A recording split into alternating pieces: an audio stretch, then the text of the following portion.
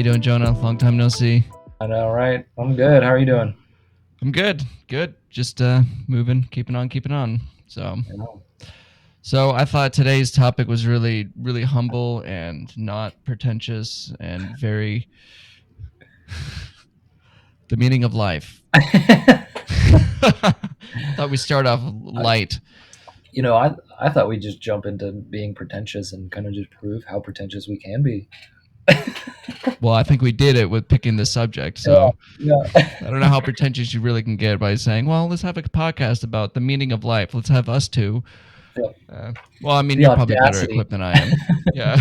Better what? What'd you say? So you're Better probably better equipped. equipped. Yeah, better equipped. You have, I don't know why, but I know why. I'm just kidding. yeah, there's the pretentious. Okay, so let's start Yeah. talking about this. It's a big thing. Apparently, there's a big crisis. I think Times Magazine had a thing about how there's a meaningless crisis in the United States. This search for Okay. meaning. People don't know what they want. People don't know what life's all about, Yeah. and it's a problem in the United States, particularly. Um, Now, I could be wrong. I'm just pulling that out of nowhere, but I hear this all the time. Uh, what's the purpose of life? What am I supposed to do in life too? That's another problem, which I think is really correlated. Why am I even here? Why did I get chucked? I didn't ask to be born. I didn't get a decision in it. So why am I here? So I thought maybe it'd be good to talk about uh, what the heck do we mean when we say meaning? Like, what do we mean by meaning? Yeah. What is it? Yeah. What What do you do, what do think? you think? Okay. What do I think? Well, What I'm do I asking you. think? What do you think? What do you think meaning means? Yeah. Well, it's kind of this grand uh, asking of why. Why is anything? Why am I? Why does this all exist? It has to exist for a reason. My life has to have a reason. It's kind of like we've talked about a little bit with the child who asks why of everything, and they're looking for the meaning of all of these things, right? A reason. But what do you think? So meaning is like the ultimate answer to the ultimate why. Yeah. Like science is this method to show us how things happen. It's not this. A lot of critiques of people that, particularly from religion, say that well, science doesn't answer the why question. It may answer how things come about, but it doesn't say why thing. I mean, it's really crazy that anything exists at all. Yeah. Like it's just extraordinarily strange that here we are. It could have been that there was just simply nothing. Honestly, it would have been easier, but there's effort. There's something happening. There's something rather than nothing. Yeah. And not to go into metaphysics, but the question is why? Like we could say how I came into existence and whatnot, but human beings, which I'm not so sure that this is a true statement, but we naturally ask why about stuff. Um, Now I think that varies with every culture, but we'll get into that later. But yeah, so this answer to this ultimate why question, uh, I think like that we can say is probably what we mean by meaning. Yep. You know, and maybe it comes in levels. What do you think about it? Do you think there's a difference between like this ultimate meaning thing and then maybe like an individual kind of meaning per Yeah. you That know? yeah. That's what I was gonna say. Is I think there's levels to it. There's definitely a um, the grand scheme of why at all. Why are we here at all? Maybe just for example. But then there's also okay. Well, what is my meaning? Like so individualized. So yeah, I think there's just this sliding scale of like where do we observe it? Where do we zoom in? Do we look at the individual? Do we zoom out? Do we look at grand scheme wise? Right. Yeah.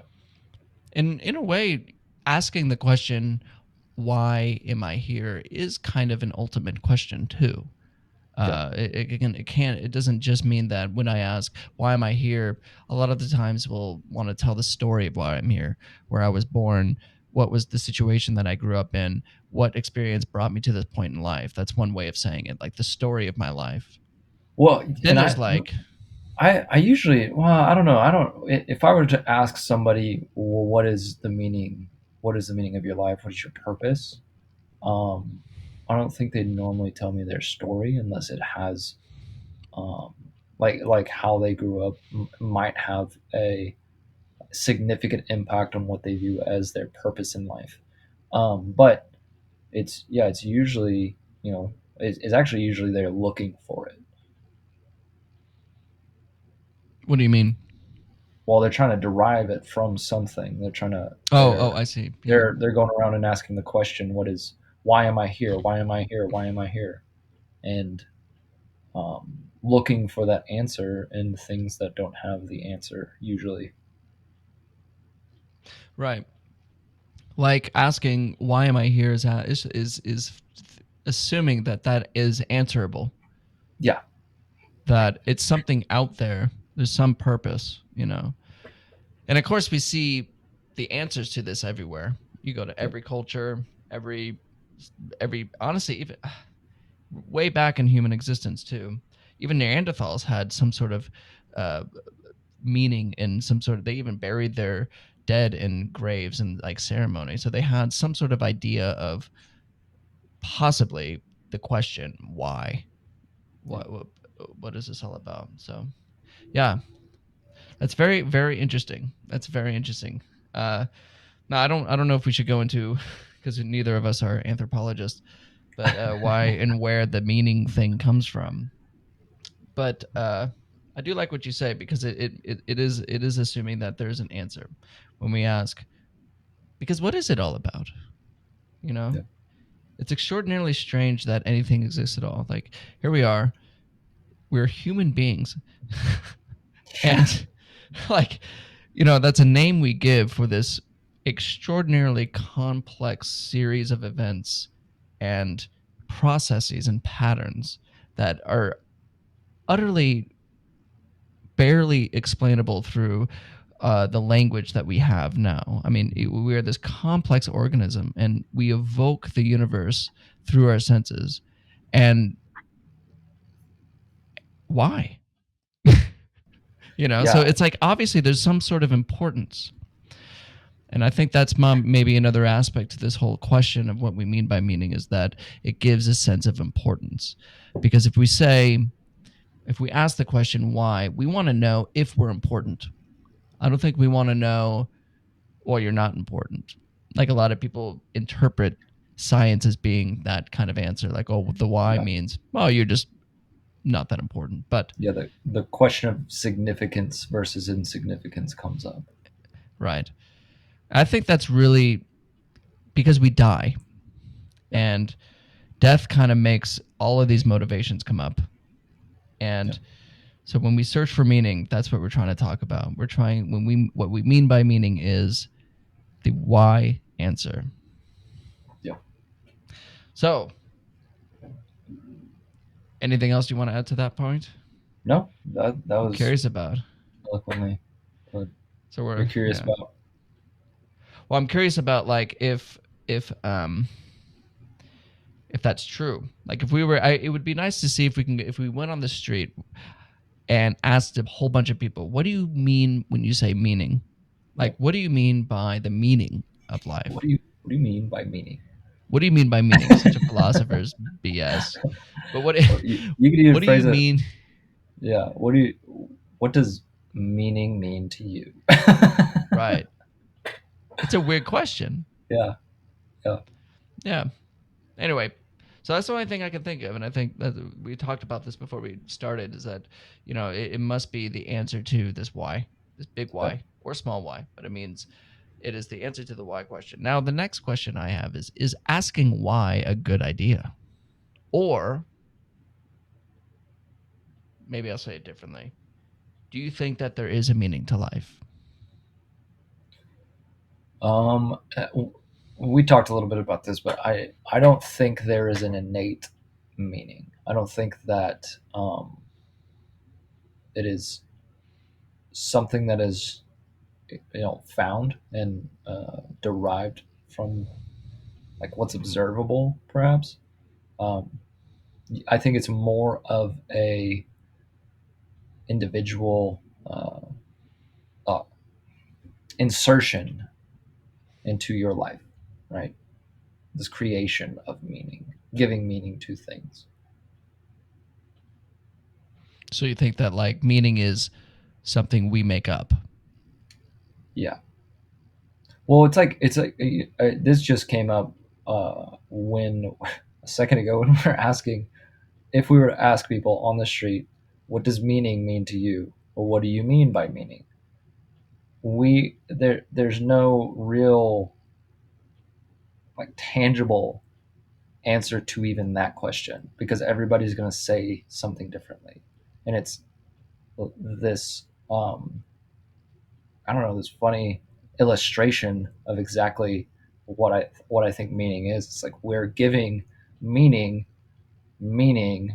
by defining it differently. It's like Right. this just flip flopping between um, opinions, and values, and even those change over time, or your meaning is going to be completely different a year from now.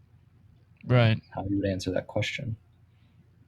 Unless you have some sort of foundation of meaning, unless you have Yeah, ascribed to like a kind of a philosophy of life or a religion, yeah, they're probably going to keep that meaning sealed and tight yeah. where it belongs. But so I'm curious. So you say that there's no meaning to life. You don't think that like so when you say there's no inherent meaning to life, there's no like giver of meaning. So like things exist totally because they exist. It is like it's almost like a this is a tangent, but it's a little bit like when God was asked, "Who are you?" He says, "I am that I am." And we could almost say that the universe is because it is in that same sense. So there's no why to God. And if you don't believe in God, you can also say that there's no why to existence. Yep. So, why do you think that there isn't a why, or let's say that there isn't meaning to life? Well, I mean, real quick, I'd like to hear what you think. Do you think there's meaning?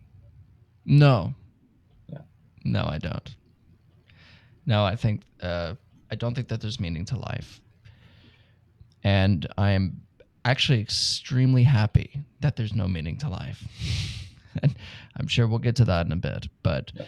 um, yeah, I am relieved that there is no ultimate meaning to life, and that is extraordinarily upsetting. I think especially in our culture. Although a lot of people believe that most people don't think there's meaning, and I don't know if that's actually true. But no, I don't think that there is meaning to life, um, because meaning changes based on culture. You have various religions, various ideas, various perspectives, and most cultures do have a meaning for things. Now, there are some cultures that celebrate the meaninglessness of life as well. So, some cultures like ancient China and Japan and a lot of Buddhist countries do celebrate the purposeless and the meaningless in life. And so it's a little different. Like we kind of think saying things are meaningless is a put down. And but going back, the point is that because there's so many differences and what we mean by meaning and what that meaning means, like what that meaning is, like the meaning of life, why things exist and rather than not exist, points to that it's extraordinarily ambiguous. And it would make more, this would be the case if there actually was no meaning. Yeah. And yeah, I just find it far more likely that there is no meaning. Yeah. And there's a lot of, I mean, that's a rabbit hole, but yeah. Yeah. Like I wouldn't rule out there is absolutely no meaning. Um, I guess I'm agnostic to that, but there is I don't find as much value in believing that there's meaning um, out there somewhere that you could find or have some sort of insight in. Um, it kind of, for me, just comes from, I mean, you asked me why. It just comes from,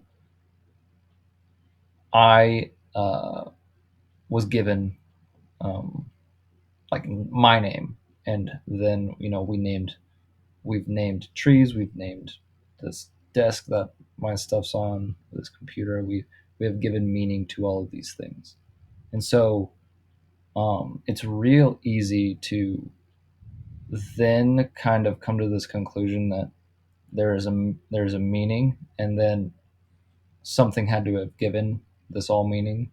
But at the same time, it's like, what if that's just us doing it? Just like we gave meaning to everything else, put attached labels and words, definitions, and made just use of our ability to communicate, right? I mean, otherwise we'd just be animal like. Right. So you also bring up kind of like it.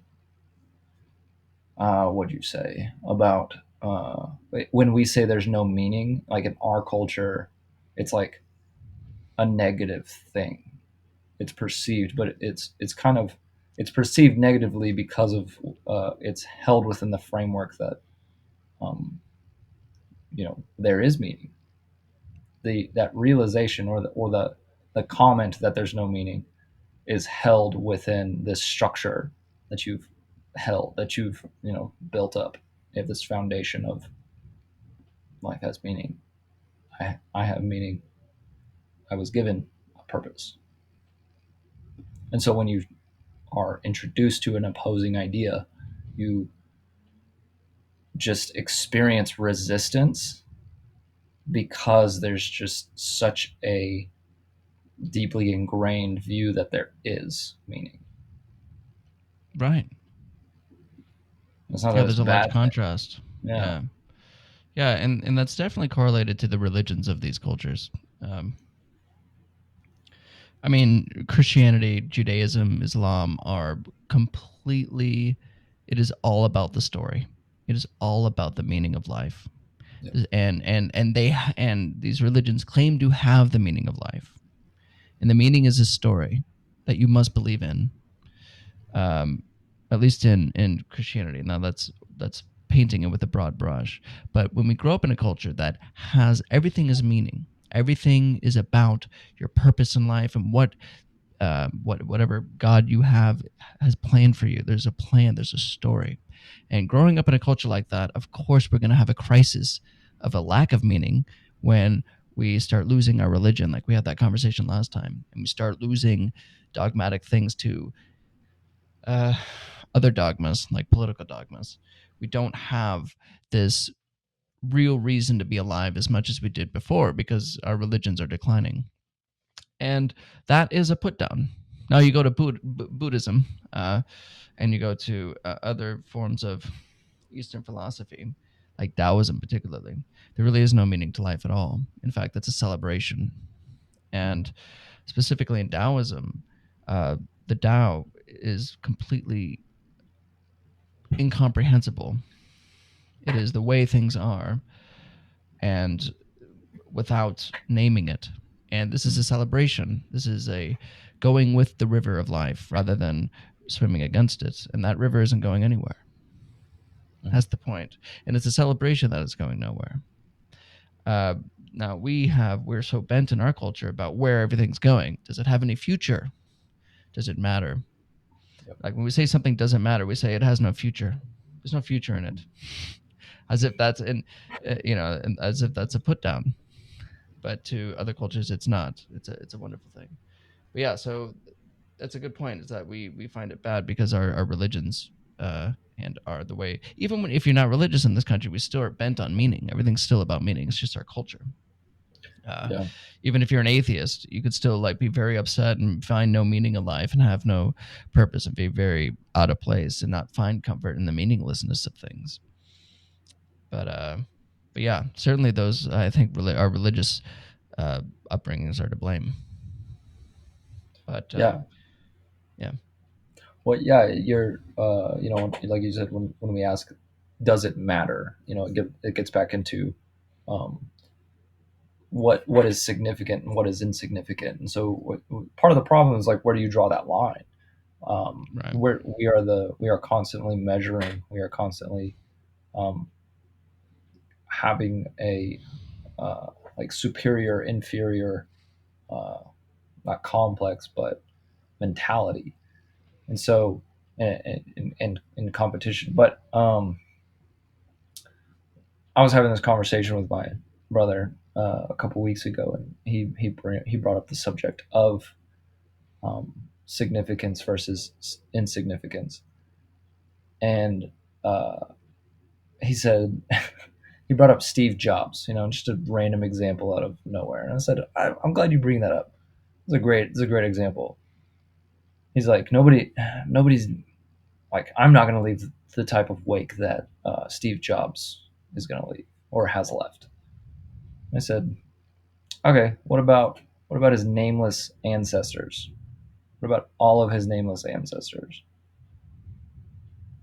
that had to have existed at some point so that he could at some point finally invent the iPhone? Like, where do you draw the line? What's significant? What's insignificant? And so it that just for me goes to show like more intuitively that meaning there's no meaning. Meaning is meaningless. It's what we make it. Kind of like what I was talking about earlier. With you could ask anybody what meaning is, you'll get a different answer because they're giving their personal subjective definition of meaning. right. Or even to go back to where you were talking about how we named the world Yeah. and we forgot that we did so. Yeah. Uh, we are the namers of everything. It was human beings. It is through language, and that's another thing to point out is that meaning only exists within language. Yeah. Uh, I'm not sure how meaning can exist without language, and it is language that gives meaning to things. Words have meaning, but has no meaning. Yeah. Like we can say the sound of my hands clapping, the sound of my hands clapping, but it's not, which is a totally different reality. It's a totally different realm of it's not words, essentially, is the point.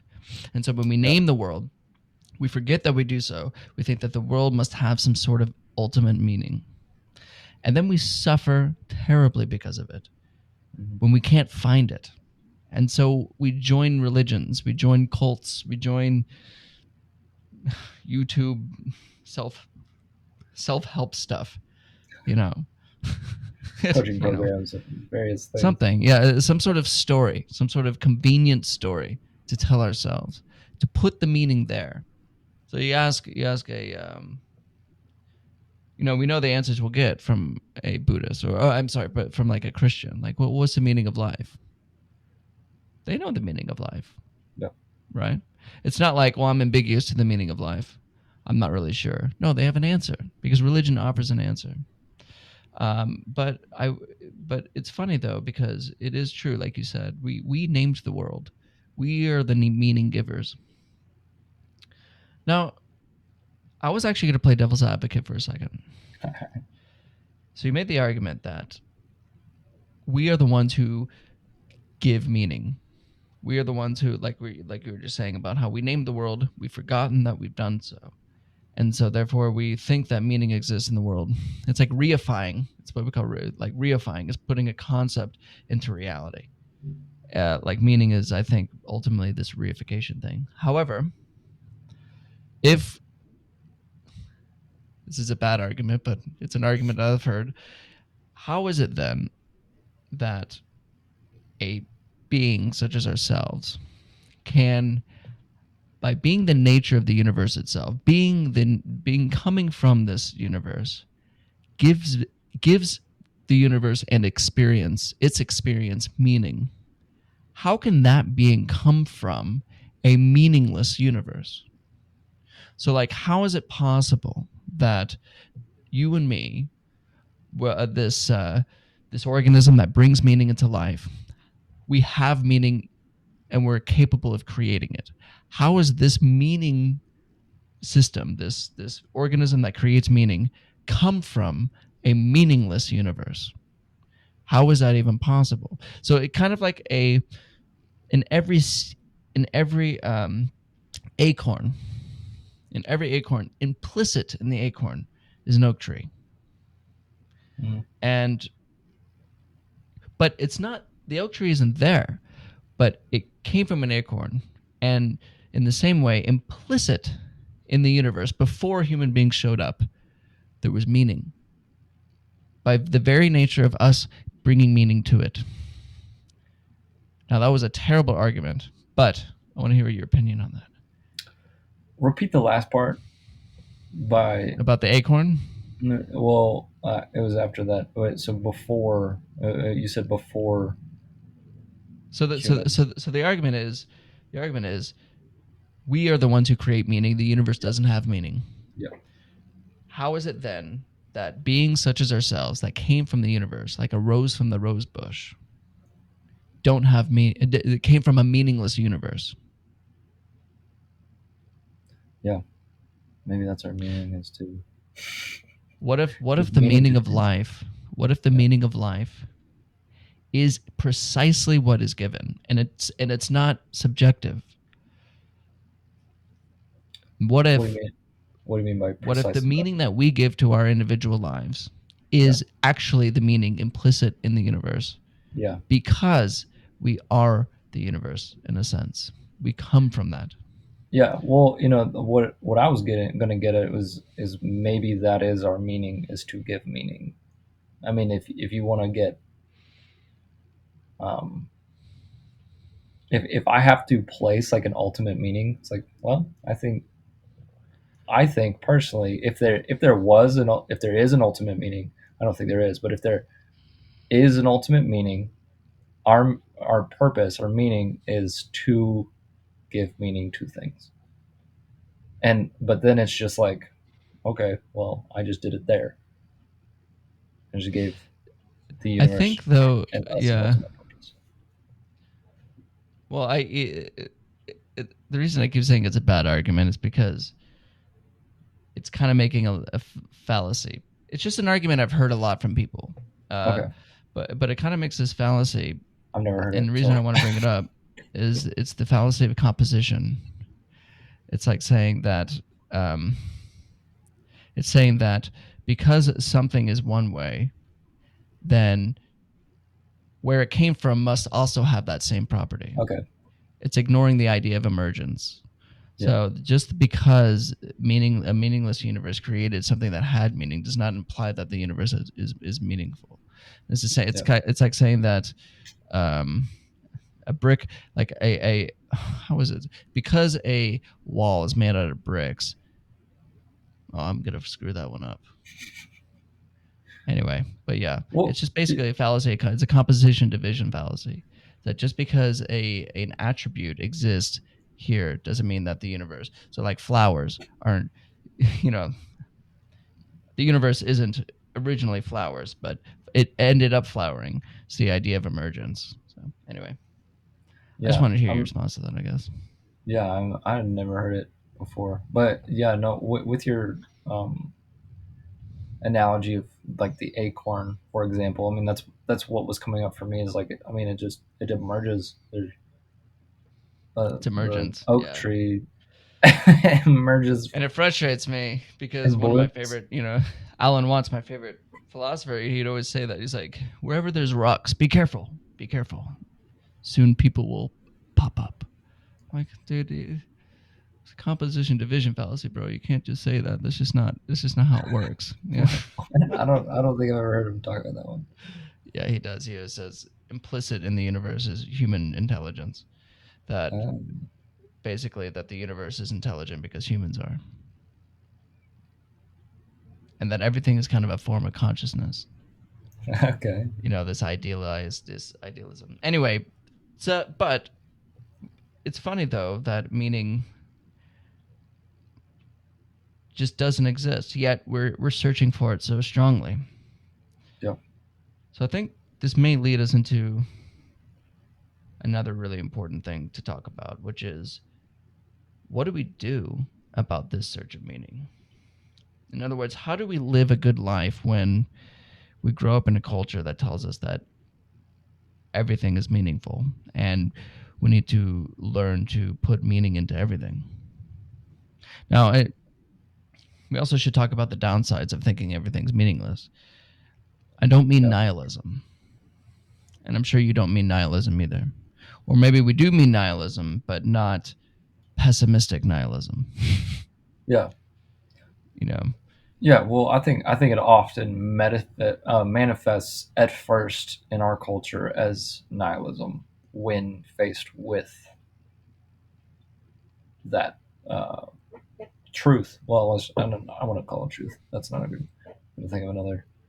That statement, like the statement of there is no meaning. When faced with that, you are usually devolving into a nihilistic mentality after that, until you take on a different perspective of it. yeah. So, yeah, why is it important, or why is meaninglessness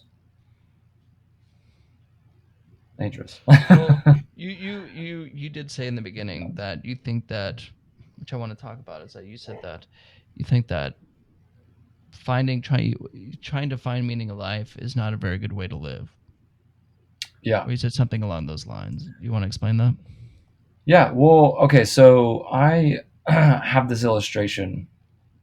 This is how I describe it: that we walk around as if we are questions and we are looking for an answer. Like we are a question personified. And we are looking around us, looking externally to find um, an, like I said, an answer to our lives. Why do we exist? Why do I exist? And I think it's more, we should walk around. We should carry ourselves as if we are an answer to a question. And by question, I mean like, I really mean it could be as simple as just fulfilling a role, you know, some sort of role that you give meaning to, that becomes important to you, that you insert purpose and meaning into. Um, so I think it's Viktor Frankl who says, life asks us a question, and we are to answer the question. That life asks us the question of why, and we are to answer it with our lives. And Hmm. um, I'm a pretty big proponent of what he talks about, what Viktor Frankl talks about. Um, Basically, our main drive being meaning, living a meaningful life. And to fill it with meaning, I believe that you fill it with meaning. You don't go around looking for it. What do you think people are finding when they join a religion? When they think that, when they find quote unquote the answer to life and realize, and what they call is, I've been awakened. I'm now a born again Christian, or I've whatever religion it is. I just keep saying Christianity. What do you think people are actually? It's just the easier one for now. But Yeah. what do you think people are actually finding? Like, what is it that they are experiencing that makes it beneficial to put an answer to that question of why? I think there. Well, I think there's multiple possibilities. I think there's multiple variables that go into it. For one thing, um, it fills kind of this hole of what what it or that question. If we are walking around as questions, it kind of fills that hole. And it gives you an answer, and but it also gives you community. It also gives you like so many, like I said, variables. There's several variables as to um, this why it helps. To be honest, though, I couldn't. I'm not sure. I'm not sure why. Just because I think it has more to do with um, an inability to introspectively and intuit that there is no meaning. An inability to face that, an inability to, and so you latch onto anything that you can uh, be convinced of that is certain. I have a friend who just recently became a Christian, and you know who I mean by this friend. Okay, Maybe you do. But he just became a maybe. Christian, and I asked him recently, well, what is it that, why are you joining the church? And the first thing he says is, well, I believe there's meaning to life. That's the first thing he says. Now, and he gave some other reasons, like his experiences of God and stuff like that. But really, the first thing, and I think the thing that he needed to get off his chest was there's meaning to life, and I want to solidify that. So I wonder if these answers are, I don't know. I wonder if these answers are a response to fear. I can't remember who said it. But basically, the reason any kind of belief or any kind of meaning and ultimate meaning to life exists because of the fear of death. We don't know why we die. Not only that, we don't know what happens after death. And for some reason, that void is intolerable to us. Although, rarely do we question what it was like before we were born. But I'm curious as though that the meaning of life we seek is somehow going to solve the problem of death. We subconsciously think that even ideas that say, "Oh, when you're dead, you're just dead." That's what I believe. That's the meaning of life. There is no meaning. There's almost a certain kind of answer that we need. Like, we're not satisfied until we know. And so when we have a belief, a meaning, even a belief in a non-meaning would be this answer to this why. We need that answer because it saves us from death. The truth is, none of us understand it. Even if you think you're just gonna die and that's it, it's gonna be like going under, uh, going in for surgery or something, and just nothing. Uh, Even that is a way to kind of subliminally put an answer to the unanswerable. And it seems Yeah, that meaning is trying to tell better and better stories in order to feel better and better about the human predicament. And what's interesting is that there's another way of existing, there's another way of operating, which is kind of what's celebrated by ancient Chinese culture and Buddhism and Taoism, just to name a few, and which is living as though not boo hoo, there's no meaning, but hooray, there's no meaning. mm-hmm. Everything I do, everything that I strive for, will vanish into dust. Everything. And even if I am Mozart or Martin Luther King, even them, eventually, their name will be spoken for at some point. Their name will utter somebody's lips one last time. There was a song by, somebody famous. I don't know, but somebody said, it was like, you die twice. One, your physical death, but the one is the last time somebody utters your name. And that's what scares us. Even we're not even afraid of death. We're wondering if we can somehow survive death uh, through our legend, through what we live, our legacy. Mhm. It's weird. It's like it's all about trying to survive this death thing, or Yeah. it could be interpreted that way. Yeah. It is rationalizing that which is maybe not irrational, but unrationalable. Yeah, that's a word. You can't rationalize Unrationable, it. Unrationalizable. It's unrationalizable. Yeah, that's yeah, good. because irrational, yeah, is not the right word. But yeah, we're trying to wrap our heads around it, and we're trying to make sense of it. And a lot of people think that they do have the answer, and sometimes I hope that's the case, to be honest with you. But I personally, yeah, think it's this mistake to think um, you know anything of certainty about death, about why we are here, and it just, to me, is ultimately um, limiting.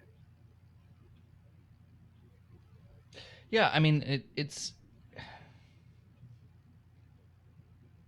to go back. I think that to live a life that accepts the meaninglessness of things is a life of letting go. Yeah. And letting go is so essential to being happy.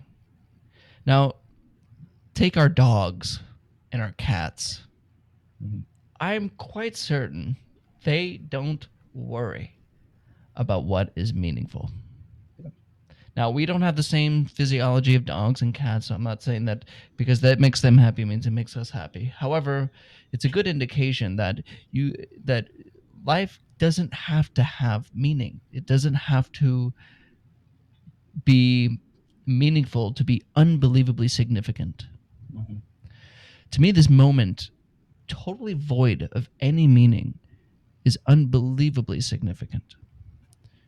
Like, you ever see some gorgeous view? You go up to a mountain. It's just you and the mountain. You ever been to that in that situation where you just? I'm sure you have. You climbed. Yeah. So it's just you and this giant mountain, and there's something so so humbling about that, and somehow significant and sincere, yet totally void of meaning. There's no reason. You can talk about how the tectonic plates push together and form this kind of thing, but that's not the meaning. There's no meaning. It's just like this moment is incredible as it is. And trying to find meaning is trying to make a future out of the present. It's trying to make something different than the way it is. It's ultimately a denial of life. I think that living a meaningless life is being the most sane you can possibly be, Mhm. from my experience. And because otherwise we're constantly frustrated about the meaning of life. We're constantly ruminating about the past and what I should have done different, and what am I going to do in the future, and why couldn't I have done this, and I should have said that when he said that to me. And we're just so wrapped up in our story, in our life, in our meaning, in a little me, when we can let this go and realize that it has no meaning. And hooray, we Yeah. can relax. When Buddhists say nirvana, the word literally means to blow out. It means, whew, that was fun. But nothing's meaningful. It's like waking up from a horror movie. You think that you got this problem. You really got to get somewhere in life and things really matter. But in the end, what really matters is just this moment. It's what you make it. And I'll say one last quote. I can't remember who said it, but it relates back to, it says that life is not a problem to be solved, but it's a reality to be experienced. Mhm. Full stop. And if life has no meaning, then we have already arrived. There's nowhere to get to. And that is extraordinarily freeing. And I think better than constantly trying to seek meaning from a meaningless world. Yeah. Yeah. Well, a couple things come up that you mentioned, animals, cats, dogs, these beings that don't ask the question and are totally content. Um, there's this thought I had recently of maybe we are these beings stuck in this consciousness between that which doesn't know to ask a question. They don't even think about it. And between that and the being that has all the answers and has no questions to ask. It's like, oh shit, we're stuck. That's sweet. But it's But just what do you this. even mean by all the answers? And, like, what would that even look like?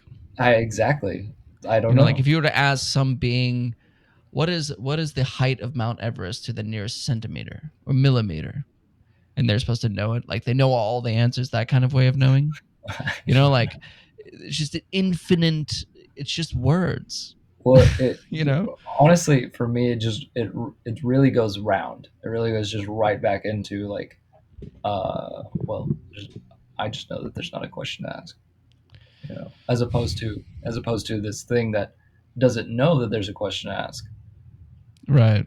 and then Totally you content. just going from that to having a question to ask and not being able to answer it, to having the answer of like, oh well, there's no question and I know it. Right. You know. And really, I think this whole meaning thing and like naming the world and like having a goal and a purpose and it was is a product of evolutionary fitness, because we add meaning. Like what's extraordinarily useful is our ability to add meaning into situations that are extraordinarily difficult.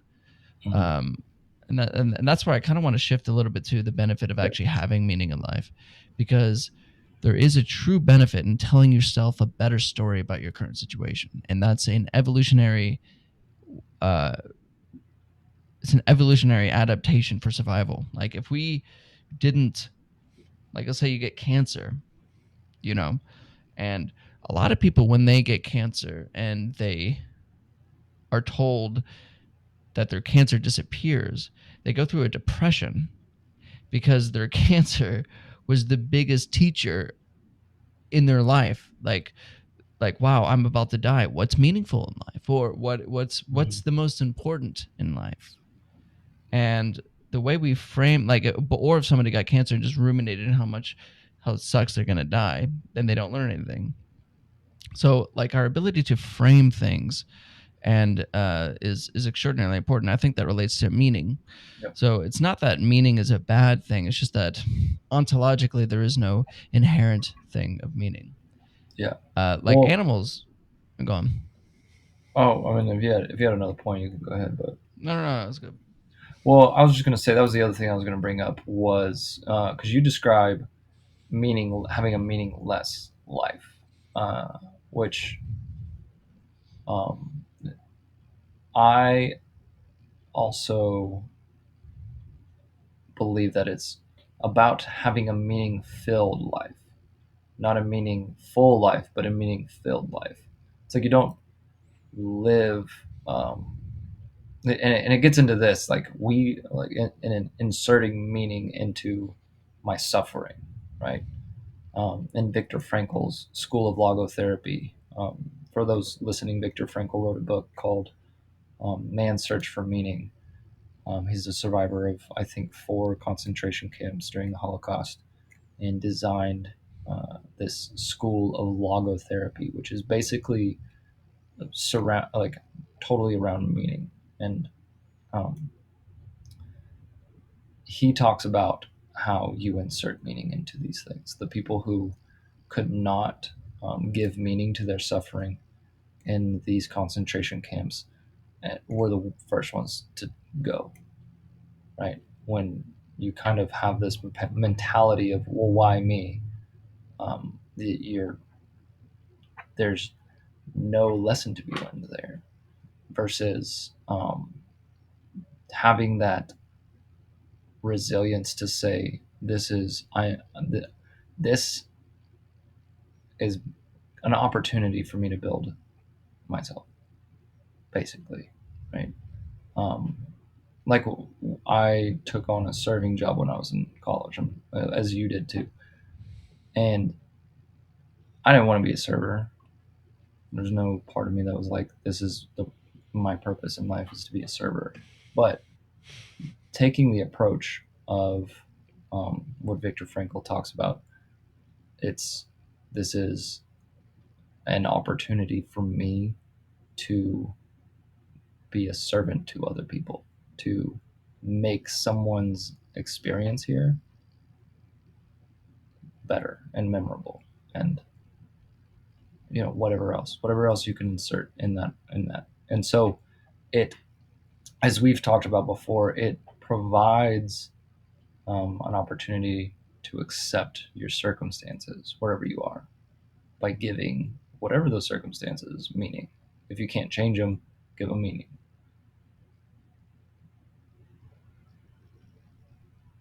Absolutely.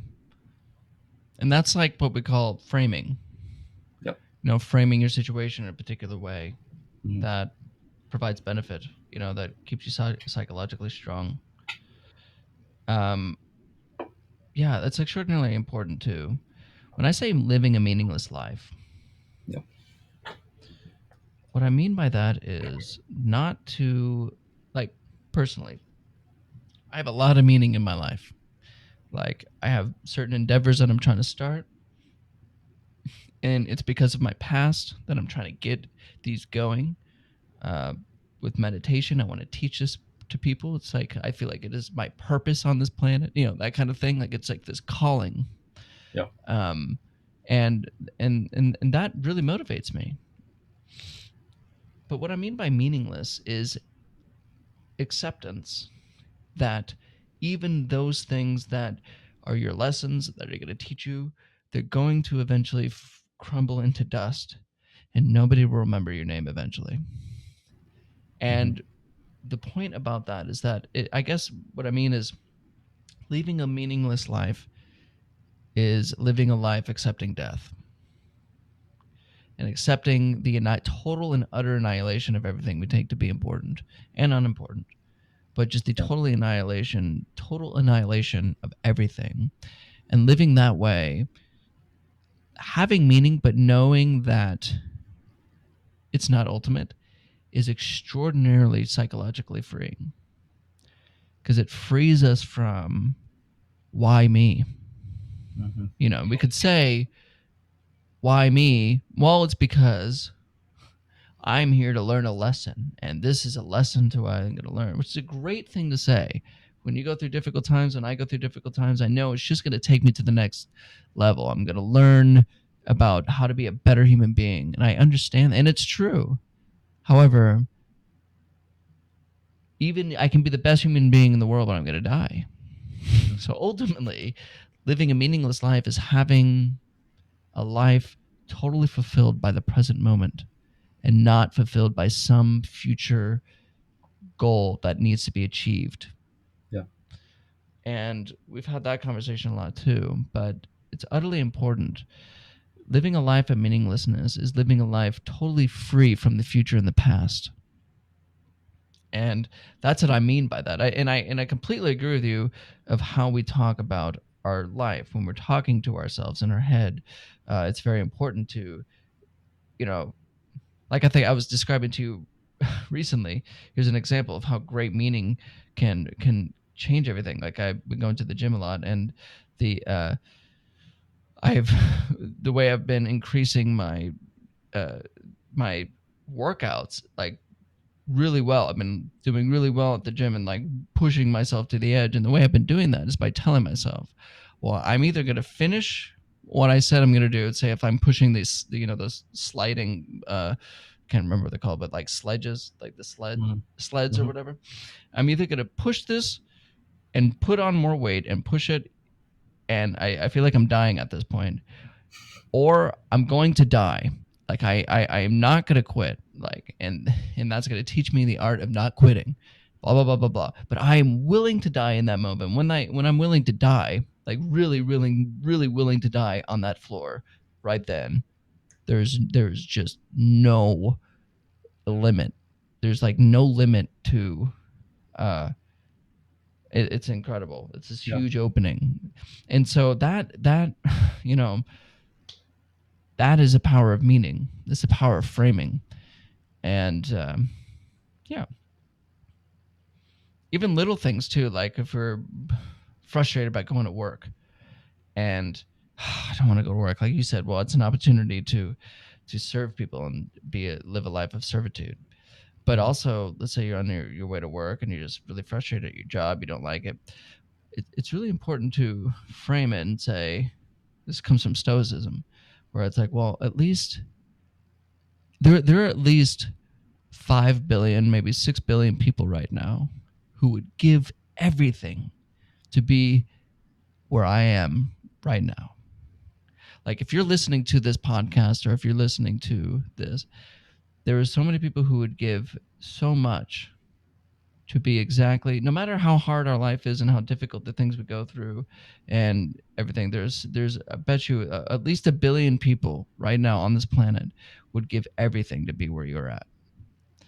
And the point of that is not to pity others or to even empathize with others, but is to bring a little bit more, is to frame it differently and to bring a meaningful reason to be alive in this moment, like basically a gratefulness for this moment. And without that kind of mechanism of meaning, we don't, the grateful part isn't so easily accessible. It's just a great trick, I think.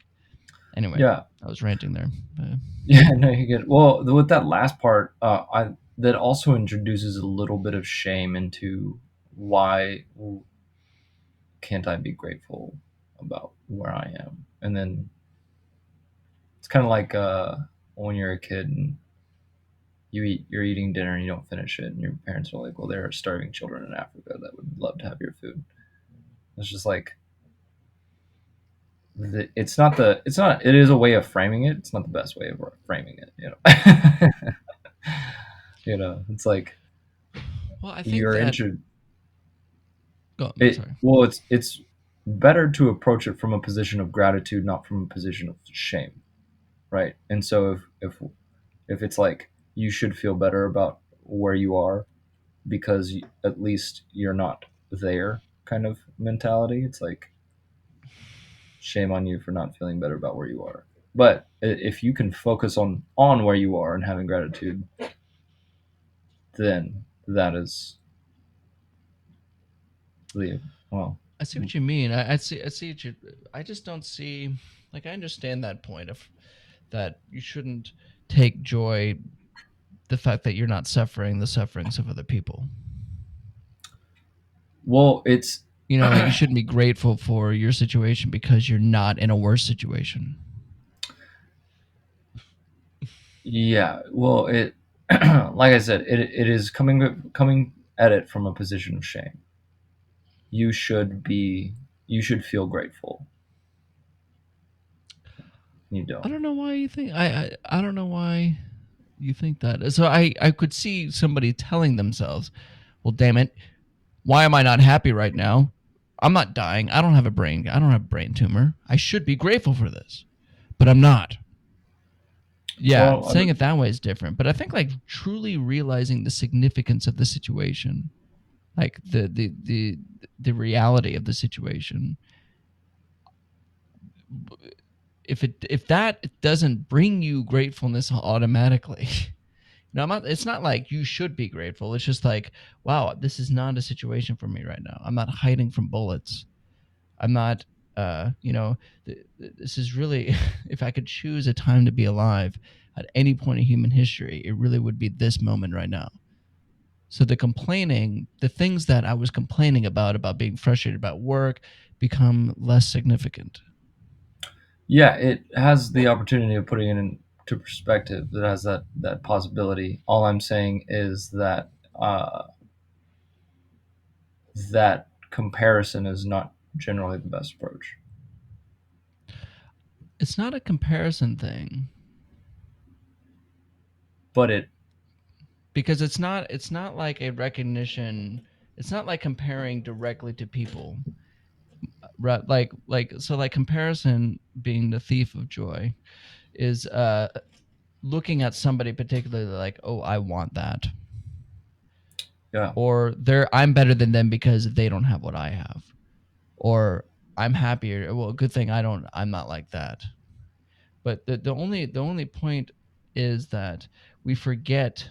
I think it's a reminder of the reality of the situation, not actually comparing to other people, but just you can even hypothetically compare it to a situation that may exist for others, but nobody is specific.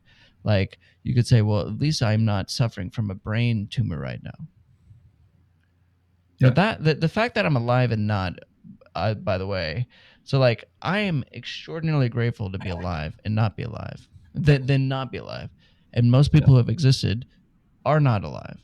But I don't see that as a point of comparison, rather than a um, a contact with reality, and not in a way that's selfish or demeaning to others. Not even a way of empathy. Really, not even a way of empathy, but just only that I know that that situation could change any moment. So the things that it's about diminishing the importance of the things that are insignificant. And framing and meaning can do that for us. yeah. You know what I mean? I think I know what you're talking about, though. Like Well, comparing so yourself. generally, the thought that follows is I should be happier. I should be Well, grateful, and then that the should part, I just don't think is there. I think that the should. So like, what was it? You told me this. In psychology, should is the number one stressing word for human beings. Is the idea that well, it no, should. but what I'm saying is like following the like there are let's say 5 billion people in the world that would be grateful to be where you are, but you're Right. not. I should be more Yeah. grateful. Yeah, That's that what I'm doesn't saying. follow to me. Well, Because well, the reason because it's not like, so it's like upon recognizing that there are 5 billion people that would give everything to be in your situation. If that doesn't give you gratefulness in the moment, then you tell yourself, "Well, I should be grateful, but I'm not." well, So my point is that like that framing, the recognition itself evokes a gratefulness rather than I need to be grateful. Like I should be grateful. It's not like it's. I'm not saying like your parents telling you should be grateful because kids in Africa are starving and okay, you're not eating so your vegetables.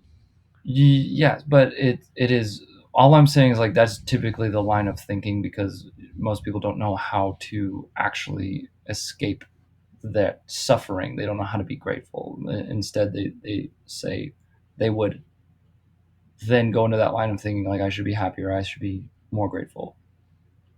Sure, and that's not healthy. Saying you Yeah, and should that's be anything isn't healthy, and I and agree that's with what I'm that. saying But is like that the you're talking about this thought evoking gratefulness, but yeah, what most people lack is the ability to be to have that type of gratitude in the first place, and so it doesn't evoke that. It in my experience and in most of these conversations, it evokes shame because they can't change it and they're trying to actively change that. like somebody who is having a bad day going to work on a Monday morning, and then they realize, well, wait a minute, I'm not in the Ukraine right now, getting bombed, and then they say, oh, damn it, I should be more happy, but I'm not happy about this. Yeah. Yeah, I see that happening. Yeah, for sure. So that's what In I my mean. experience, it does the opposite, though. Well, and but what I would also posit as the um, like why that is you have experience in holding gratitude. right? So when you have that thought, when you can make that, for lack of a better word, comparison, even if it's hypothetical, then it evokes gratitude in you. But for someone who doesn't know how to even hold gratitude and be present and kind of just take inventory of what is good in their life, then it evokes shame because they can't do it. They can't be happier. And you think this is true for most people? I think it's just the line of thinking that normally happens if somebody doesn't have practice in it. I don't know. Like I've pointed this out to people in distress before, and I've done it for myself a lot too. And they usually, I don't get the experience of like, oh, thanks, Nathan. Now I feel like shit for not being Well, happier. You know, and it might, they're usually like, yeah, good. I have a roof over my head. You're right. I'm breathing right now. You're right. I don't have cancer. That's wonderful. One day I may. This yeah, isn't gonna last. I don't know. Yeah. I mean, I guess it's just a difference in our experience with it. yeah, I don't But know. to me, it's just an extraordinary. I mean, really, the ultimate point is just the power of framing and the power of meaning. Yeah. But but Well, I was but just gonna honestly, say, what you're saying too is that the should part is another way of the downsides of meaning. yeah. Well, I was just gonna I say, I don't should I don't make know it if there's through. a rule. I don't know. I don't know. Just based on some of these conversations that I've had, and like I said, I think it just depends on probably mindset and where you are baseline anyway. Yeah, for sure. Yeah, yeah, yeah. I mean, it's a. Here's the thing, though. I mean, in the end, living a meaningless life, not one that doesn't, not like what you were saying, meaning filled life, but a meaningless life, like an ultimate acceptance Hmm. of life and death, is one that is free, or at least freer than constantly seeking this meaning thing that possibly and probably doesn't exist because we are the ones who named the world, not the other way around. The sky never looked at us and said, "Hello, guys, I'm blue." Hmm. You know, like the trees never said, "Hey, I'm a tree." You know, Yeah. we did that. So, It, uh, yeah, yeah, interesting discussion. There's a lot to it. I gotta bet a lot of people. I wish people would watch this and like have a disagreement about it, and yeah then we can respond to it. That would be cool. have a response video. Yeah. But yeah, so if you don't agree with any of this, please respond. Tell us what the meaning of life is. We want to hear it. And if you can tell us something, we'll put it on the next. We'll literally make it the subject of the next podcast, if you are so interested. That'd be great. All right. Anything else? I think that wraps up my thoughts on it. I think so too. I can go on and on about it. We never Yeah. used it. I never did a river analogy, and I won't go there. There's too many river analogies. So. All right. Well, hey man, it was good talking to you. Likewise. Talk to you later. All right. See you, man.